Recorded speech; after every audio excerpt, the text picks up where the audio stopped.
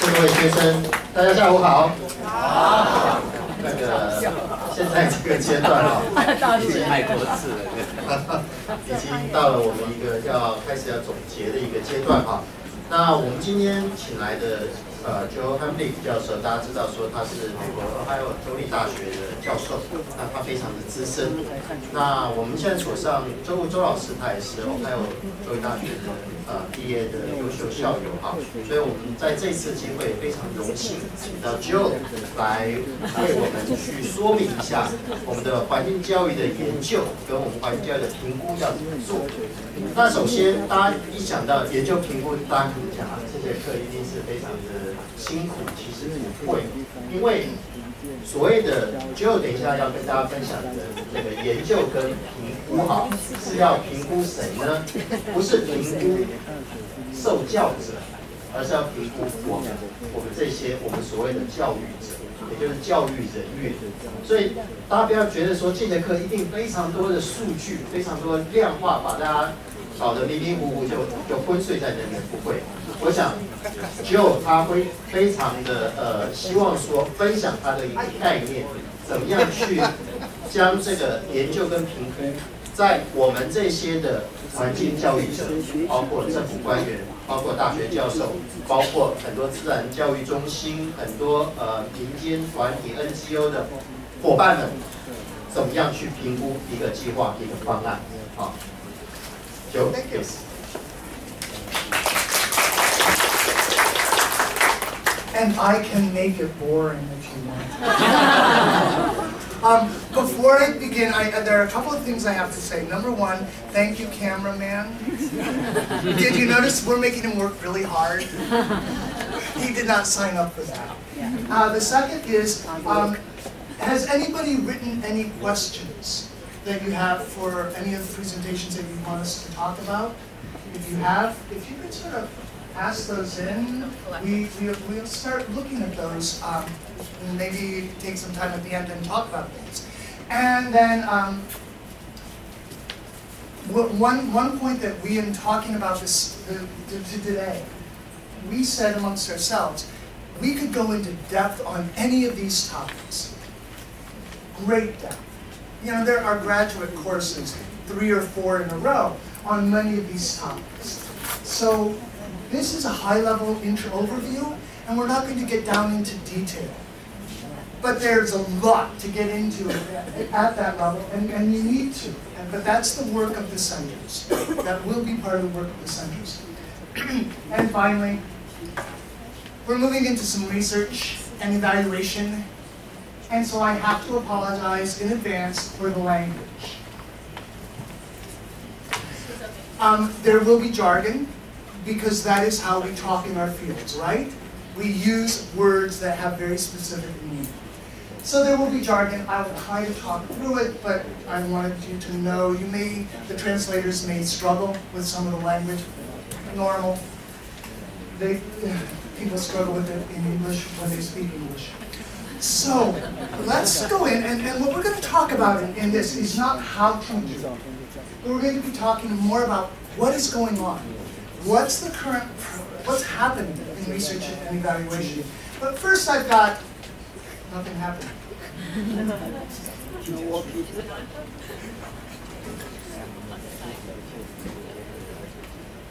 No. Now it's on.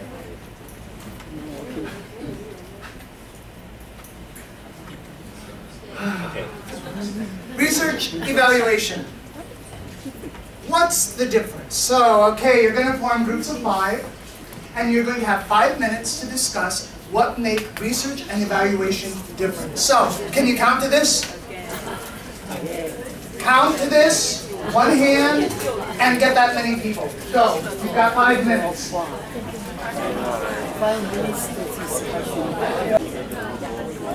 What are you coming up with? Anybody? What's the difference between research and evaluation? Okay. Professor Tsai is ready for the answer, but he's going to give the answer in Chinese. That's okay. 用台语买通。那个我们长官说用台语啊，好了，但是我不想要为难大家，那我就用中文。台语也是中文啊。那研究跟评估的不同哦，其实研究它有一定的方法跟逻辑，哦，那评估最主要是针对我这个用一定的方法跟逻辑做出来的结果回推，就是说它是不是具有它的正确性与否，以及是不是能够找出另外的一种策略来解释这个东西跟方法。那基本上我认为说评估就是一种对于方法学的后设方法。然后去看说，这个方法到底合不合理，结果到底怎么样，然后再引领出一个新的策略来解决这个问题，这样子。那这是我的粗浅类似。Thank you. Okay. 谢谢。Somebody else? 给你重经历。Some other group? 阿派吃。Okay, let's hear. 在店里拿铁，沙律丸。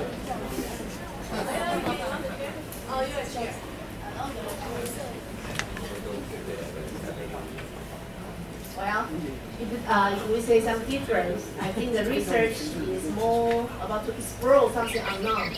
And evaluation is to check what you already done or you already know. But it's always different. But sometimes it's not different because it's like a cycle. You do the research and you do your evaluation and Okay, let me share with you an idea that a colleague of mine in California used to describe the difference. And the idea is that research and evaluation are like an hourglass. They're very different in their philosophy. One is about, what's the purpose of research? Shout it out, anybody. Theory development, theory testing, theory generating. It's theory. What's the primary purpose of evaluation? program. What about program? Goal of program. No? Program. Program what? Product. Improvement. So you've got two different philosophies. The middle part is what most people think of about evaluation and research, is the methods. It's the smallest piece of the hourglass. And it's the same. We use the same methods in research and in evaluation, which is why they often look confusing. But then the bottom is different. What do you do with research findings? If it's about theory, what's the use of it? Knowledge generation. What's the purpose of evaluation? If the philosophy is program improvement, what do you do with the findings? Apply it. So again, we've got research, which is more theoretical, and the evaluation, which is more programmatic application. So don't confuse them by methods. They're the same. And we're going to talk just a little bit about the kinds of things that are happening in evaluation. What I want you to do is just think and take out one of those index cards and jot down, because we'll come back to this later. Jot down what you think trends are in doing research in environmental education in Taiwan. What's happening now?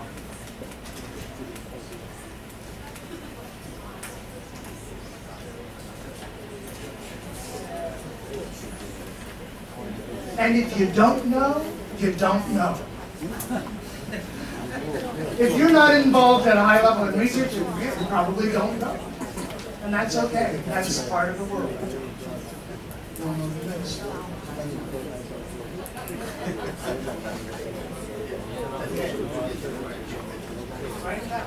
We're going to talk about it later.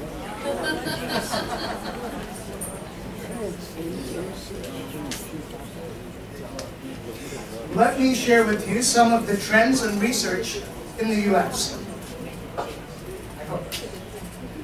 Now, I split this into formal education and non-formal, informal education, because they're very different bodies of theory emerging in the United States. Informal learning is becoming its own body of knowledge, separate from schooling. Schooling is formal education.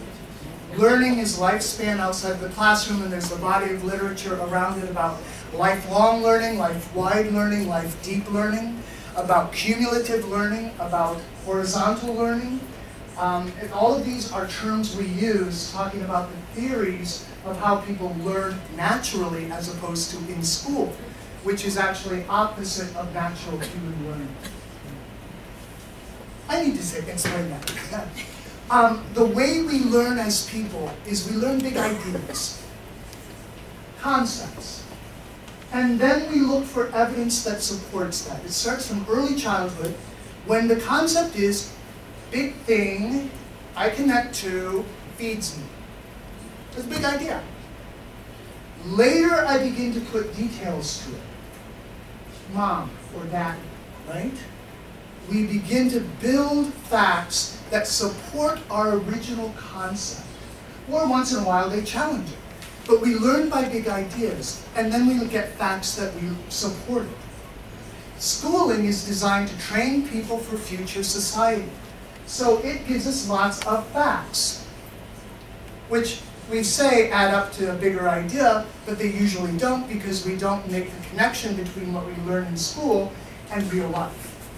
So the concept connection is never made. But schooling, it has a whole huge body of research because that's where all the education psychology study has been. Kids in school because they're easy to get to. People outside of school are really hard to get to. So we're just now beginning to get this body of literature around informal learning. So that's one trend I didn't even write about. I should have, because that's what I live in. One of the big areas for formal education is the use of environmental education in the next generation science standards. Next generation science standards came out of the National Academy of Science for the US, and it's talking about process skills as a far more important component of learning science than actually the science data. And so it's how do you learn science? What is learning science? So that's a very big area of research right now in education in the US. Another is student engagement. How is it students are engaged in their learning about the environment? What engages them? Why does it engage them? How do we use the classroom to engage children in nature? So we've got a lot of questions around student engagement that is driving some of the research. One that a lot of people like, this is identity formation. Do you see yourself as someone who cares about nature or the environment? How is it that you care? How do we know somebody identifies as supporting environment? And so a lot of identity formation work is happening in the US around environmental education and schooling. Of course, there's always been this, there always will be this in environmental education. Topical area research. What are the big environmental topics like climate change? And so we see a lot of study in the US right now on climate change, on ocean acidification, on population. So we've got those current issues drive a lot of the research ever in environmental education.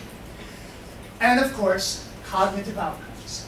Are they learning stuff? That's always going to be a drive in formal education.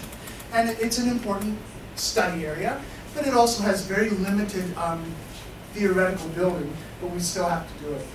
More importantly, the driving questions emerging are about what people think, feel, and do.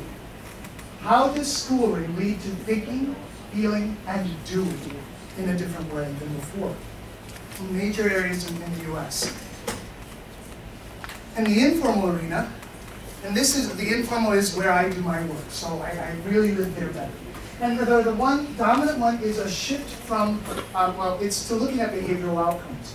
In the informal settings, the research is very much focused on how do we teach toward changes in how people act for the improvement of the environment. And so that's a major focus. A lot of people are spending a lot of time on it. Another is the applied research. Realizing that in the informal setting, it's harder to do theoretical research because we don't have the control groups we have in classrooms. So what we're doing is seeing a lot more applied research. As programs are going on, we study that program and how it works with children or adults in that setting. then we compare it to another program in another setting. So we're doing a lot more applied research going on. Some of the topic areas that are driving a lot of folks, sense of place and place identity. How is it that you belong to a place or don't belong? Why do you care about being somewhere and not somewhere else? And why doesn't it transfer? That's one of the fascinating questions. You can feel very attached to one place and treat it in one way, but you'll treat another place very differently.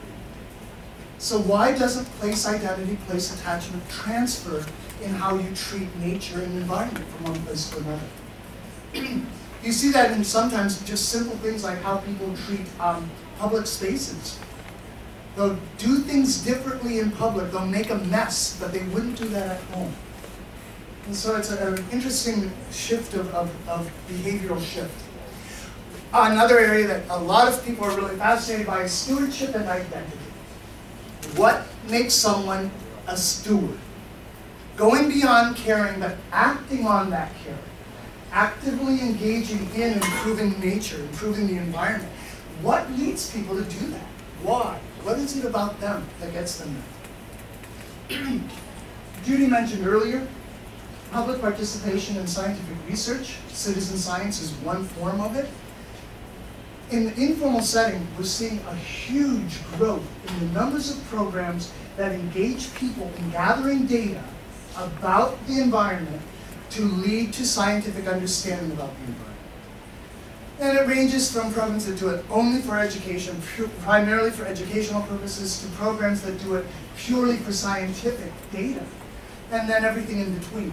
So a lot of time and money is going on now in public participation in scientific research because we're seeing it as a way of actually improving educational programming and furthering conservation action.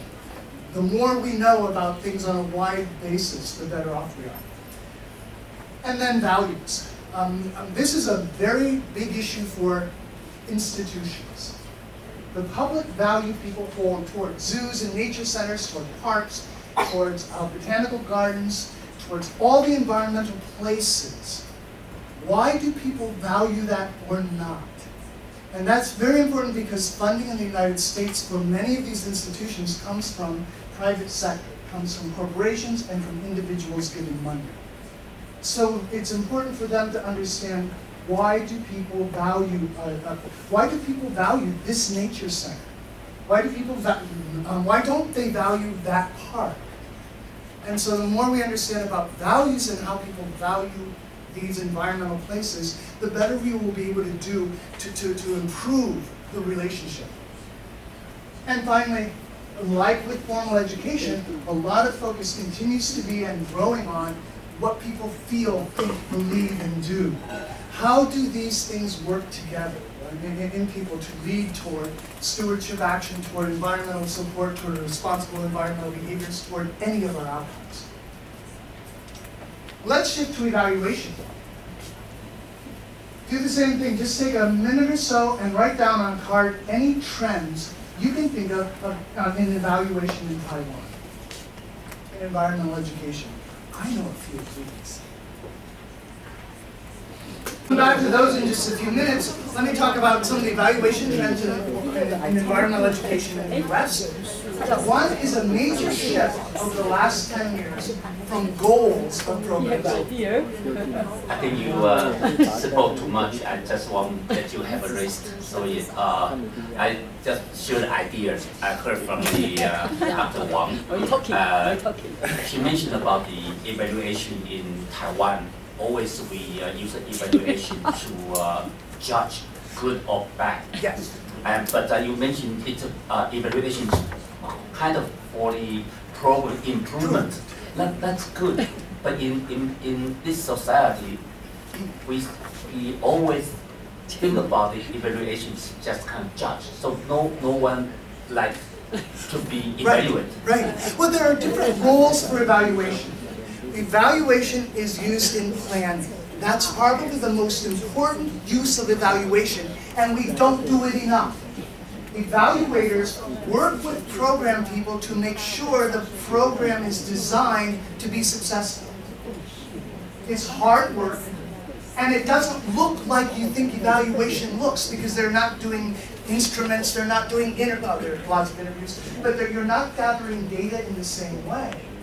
But what you're doing is helping shape the program by pulling things out of the program people, and when you find things you don't know, like Judy was talking about audience, what you don't know about your audience, and let me tell you, you may think you know your audience, but when you're building a program, you'll probably find out you don't know enough.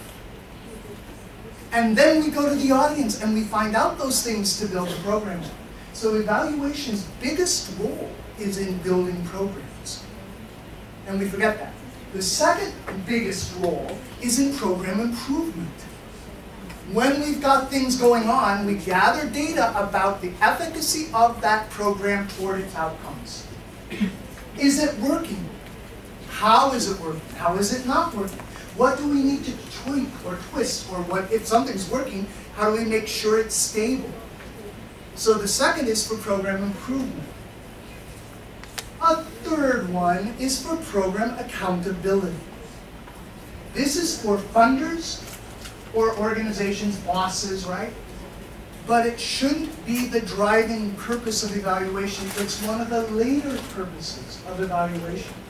And that's saying, to what degree are we achieving what we said we would achieve?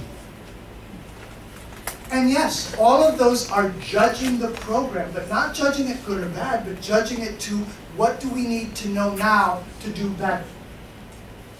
So it's beginning to pull away from okay, my brain goes weird ways. Part of the reason I think we do this to ourselves with evaluation is because our exposure to evaluation is schooling. We think schooling tells us how to evaluate programs. It doesn't. Schooling is assessment. It's measuring and tracking individual performance, not program. So when we're judging a program, we're looking across all the elements of the program to say, is it working together right? Are the pieces all there? What's missing? How do we improve it? So yes, we're judging, but we're not saying good, bad. We're saying how to make it better. It changes the emotion around it. And we're not judging people. Once in a while, we have to look at the educators in a program and say, is there a difference? When this person does it, why does it turn out this way? When this person does it, why does it turn out that way? But we're still looking at the program. So that's one of the big differences.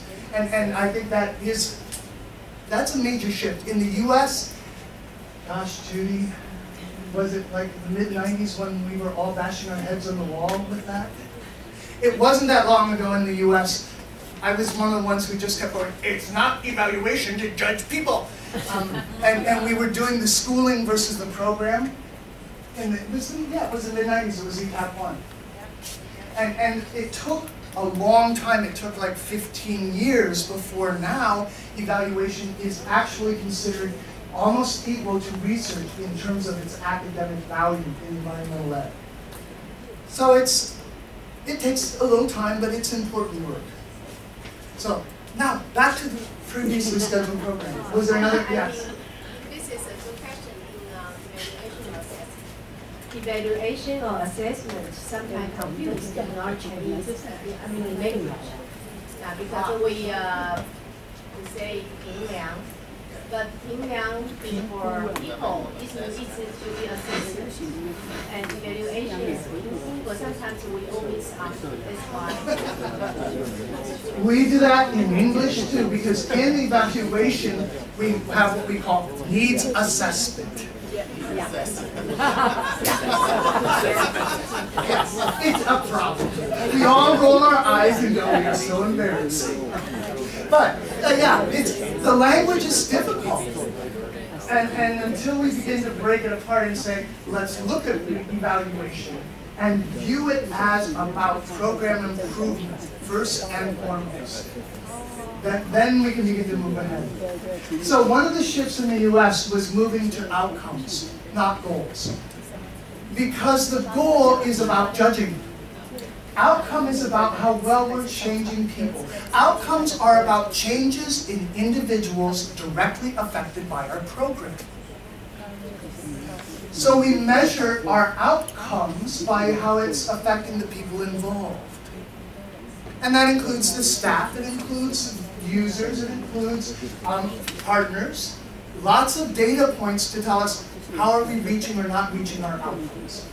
But that's what was a major shift in moving away from that judging to being program improvement, was looking at the outcomes. Because the outcomes are about how well are we doing it versus the goal, which is, are we doing it?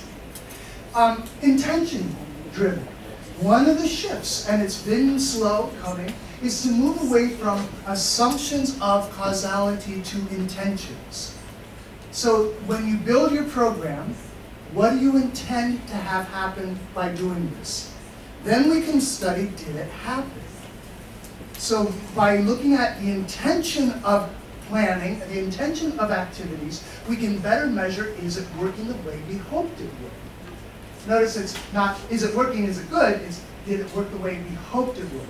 Once in a while, it works better than we expected. And that's when it's really cool, because then we can look at the evaluation and say, why? Why is it working better than it should have? And we can begin to learn from that to apply it to other programs. So we're looking at intentions. A major trend is capacity building in evaluation. This is because there aren't enough evaluators trained in evaluation. And most people hired into environmental education programs have no training in evaluation, but they're expected to do evaluation. So what do? They do it like they learned in school. They give tests.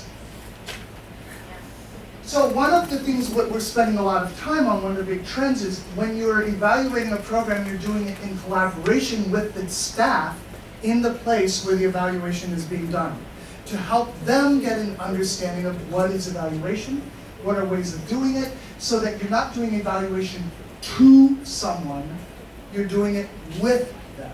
And so the change from doing evaluation as an outsider to doing an evaluation as a partner has been a major shift, and is continuing to grow.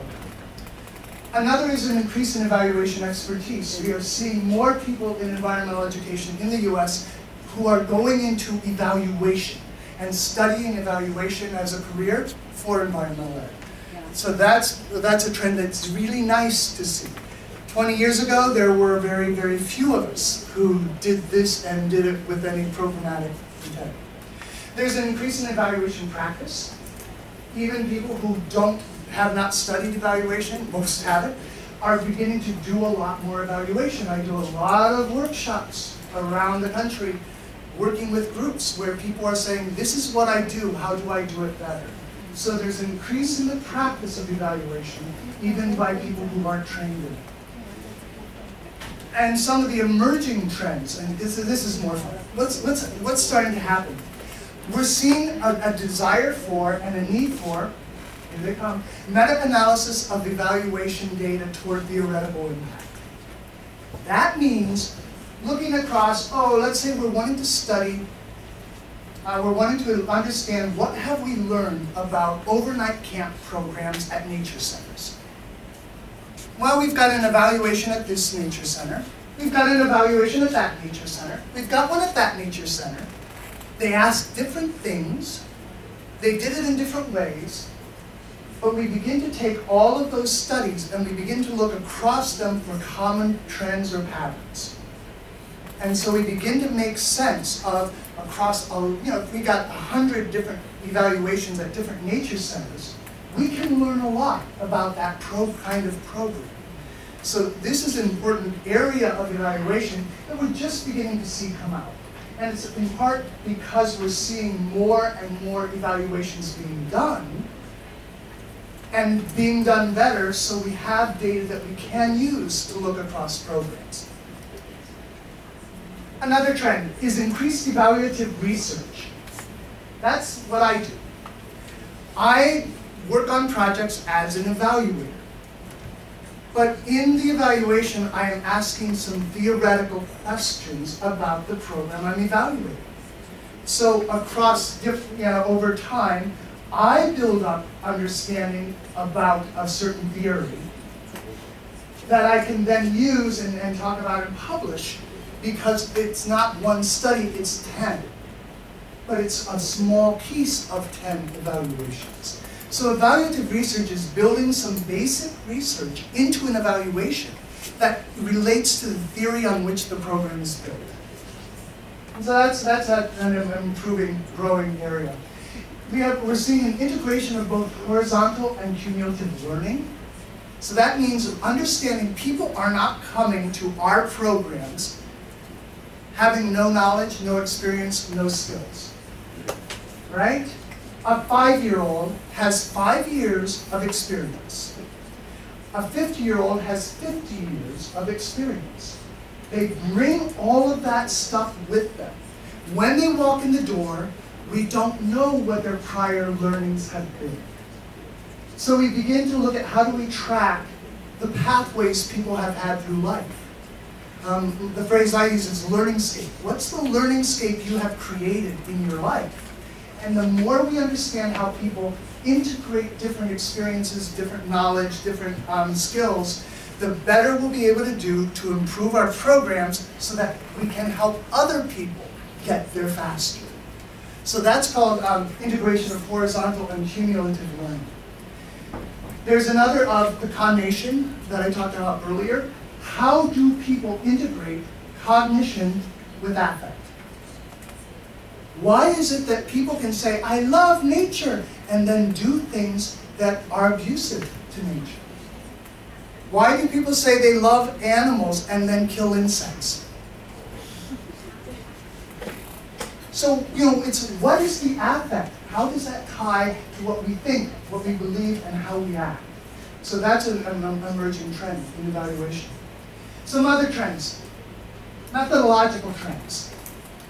Mixed methods is becoming de rigueur. Every study uses multiple methods for gathering data. And it's because we realize in evaluative settings, quantitative alone or qualitative alone does not give us enough of a picture. And so we need to ask things in ways that give us the data that we can use. Major changes in sampling. This technological age has made doing any study difficult. If you want a sample, you can't do mail because there are a lot of people on do not mail lists in the US. You can't do phone because cell phones and landlines aren't in the same directories. Area codes in the United States no longer mean anything because your cell phone is given, the area code, the first 3 digits comes from where you bought the phone. If you move, you still have that same number. It used to be area codes were specific geographic areas. They no longer mean anything. So we don't have the old tools we had for doing sampling. So we're having to do it in different ways. And so major changes, trends, are figuring out how do we sample populations so we can make sense of things. Another is changes in scale. We're realizing that studies sometimes have to be small, and we can't generalize. Fewer and fewer studies are generalizable, so what we have to do is do more of them across different populations. So scale is changing in how we're doing data gathering. Another is stage studies.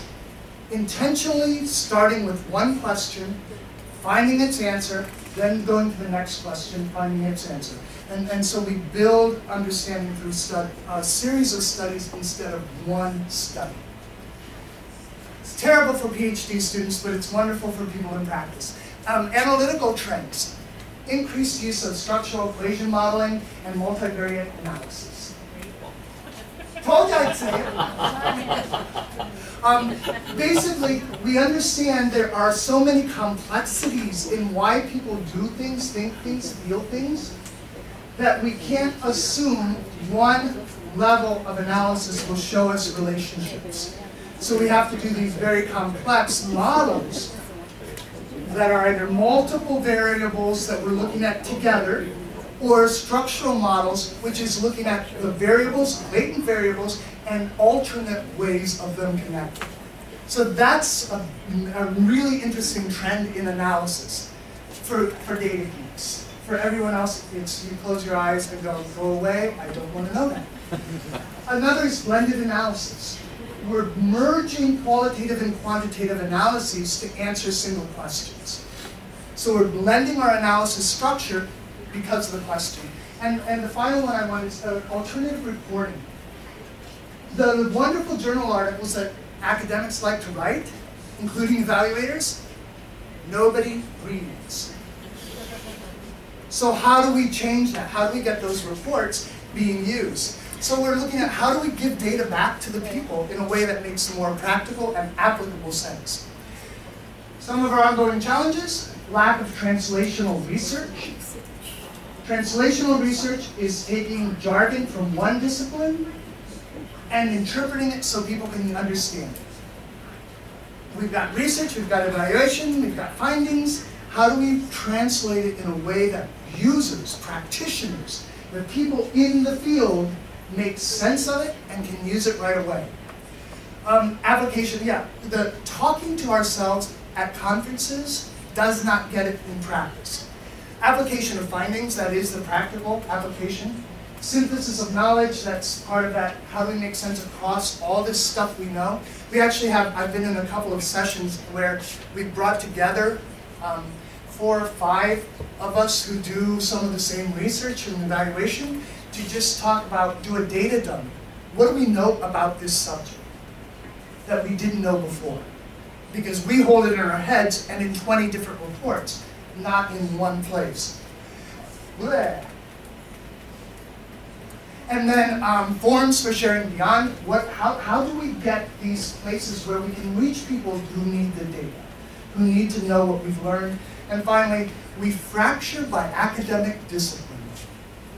Our programming is destroyed by the necessity of, if you're in a zoo, you're probably writing articles that go into zoo biology, some other kind of biological science. If you're in a nature center, you're probably doing something more botanical. And so the research that's being done and the evaluation being done get published in so many different journals, it's hard for any practitioner to know where to go to find it. And furthermore, the cost of getting articles has gone very expensive. So, I have one last question. What are the implications of the trends going on in Taiwan toward the EE regional centers? So, let's hear some of the trends you were thinking about. Just a couple minutes left. 1 minute left. I got 2 minutes left. Okay, you have you have a trend. Say it. Right now, the trend, we also use SEN and multiple multiple analysis approach. So, okay. So we also do the environmental literacy in Taiwan. We cooperate with Taiwan team. Cool. Yeah, environmental literacy, I heard that a lot as a trend and program focus, but it has major implications for both research and evaluation. What framework of literacy are you using? Are you using a formal education framework, which is very different than an informal, the field of EE, the definition of EE about environmental literacy is not an academic literacy, it's a practice literacy. Very different frameworks, so that's a major implication. Big trend. Others? One more. Anybody have a trend or?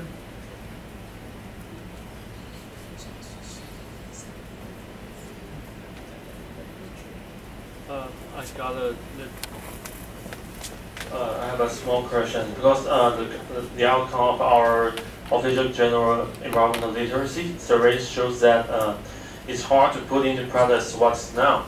So should we start a whole evaluation of our environmental education curriculum to see where our curriculum can close the gap between knowledge and action or not? I would like to know your opinion. That's huge. That's a big question, really big. So what I would say is that's several different studies. It's not one, but it's a whole area of research and evaluation because programs are happening that address, that we can look at where is it working. Where does that, what they're learning, and turn into action, and where doesn't it? So we begin to look, looking across different studies and programs will tell us more than one study would. And then the same with what framework of literacy are we using, and then beginning to separate what we're looking at is how did they design a program? Did you design the program about environmental literacy, or are you talking about a subject? And is literacy then tacked on? Which would be a very different intention. Remember I mentioned intention? That would be a really different intention in the data.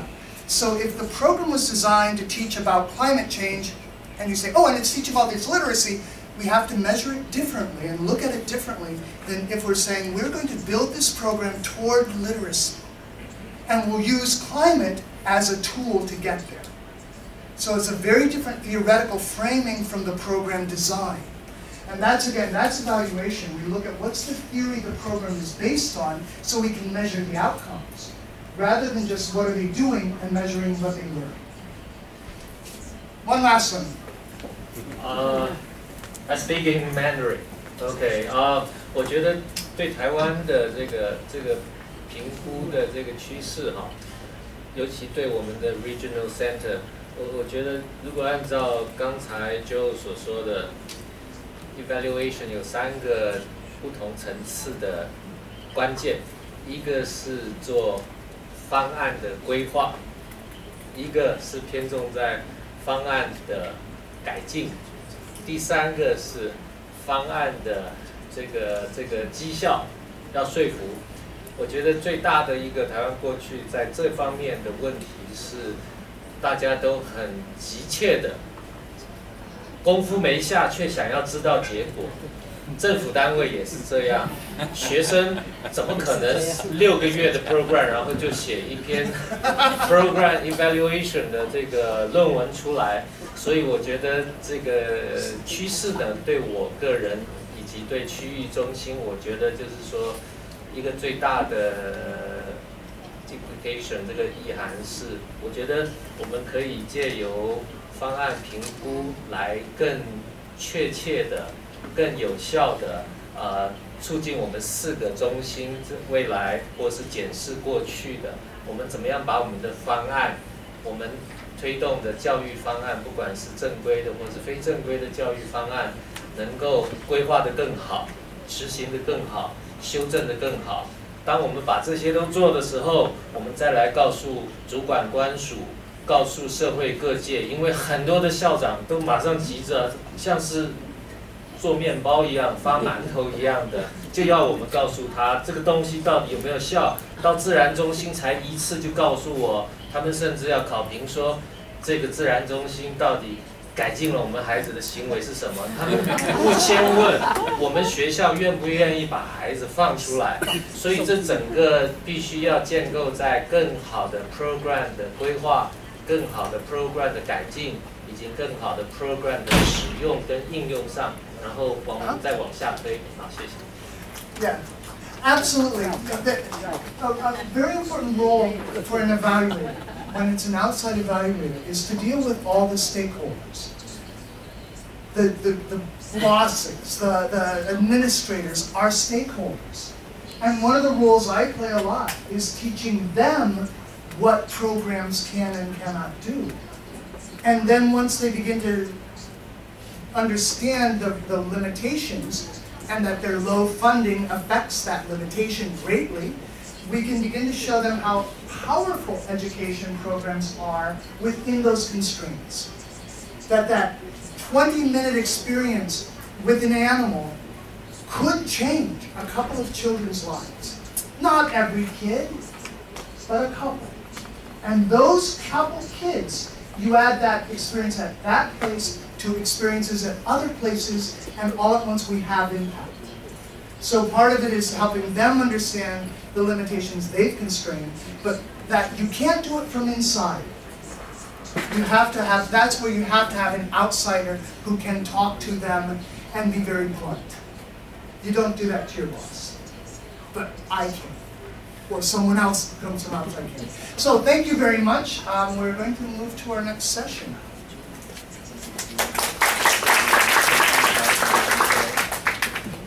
谢谢就给我们的非常精彩的演讲哈。那我们刚刚听到就的演讲，我就想到说，我们的环境教育分成正规的环境教育跟非正规的环境教育。那不管是正规环境教育跟非正规环境教育，都是要是以学习者为中心。然后呢，我们是评估最后的它的一个过程，而不是最后的一个结果的一个评估哈。就像刚刚周老师所讲的，我们有时候太急切于评估最后的结果，往往会导致这个有点揠苗助长这个味道，包括我们现在教授也要被评估，然后学生也要被评估。其实是说，在美国的环境教育都是一个非常正向心理学一个环境教育，他们的评估方式是要在计划形成之初就要去评估，然后让计划越来越好，而不是说评估最后结果的这个结果是不好的。所以我们是非常欣赏美国这一套的正向环境教育的评估方式。谢谢就。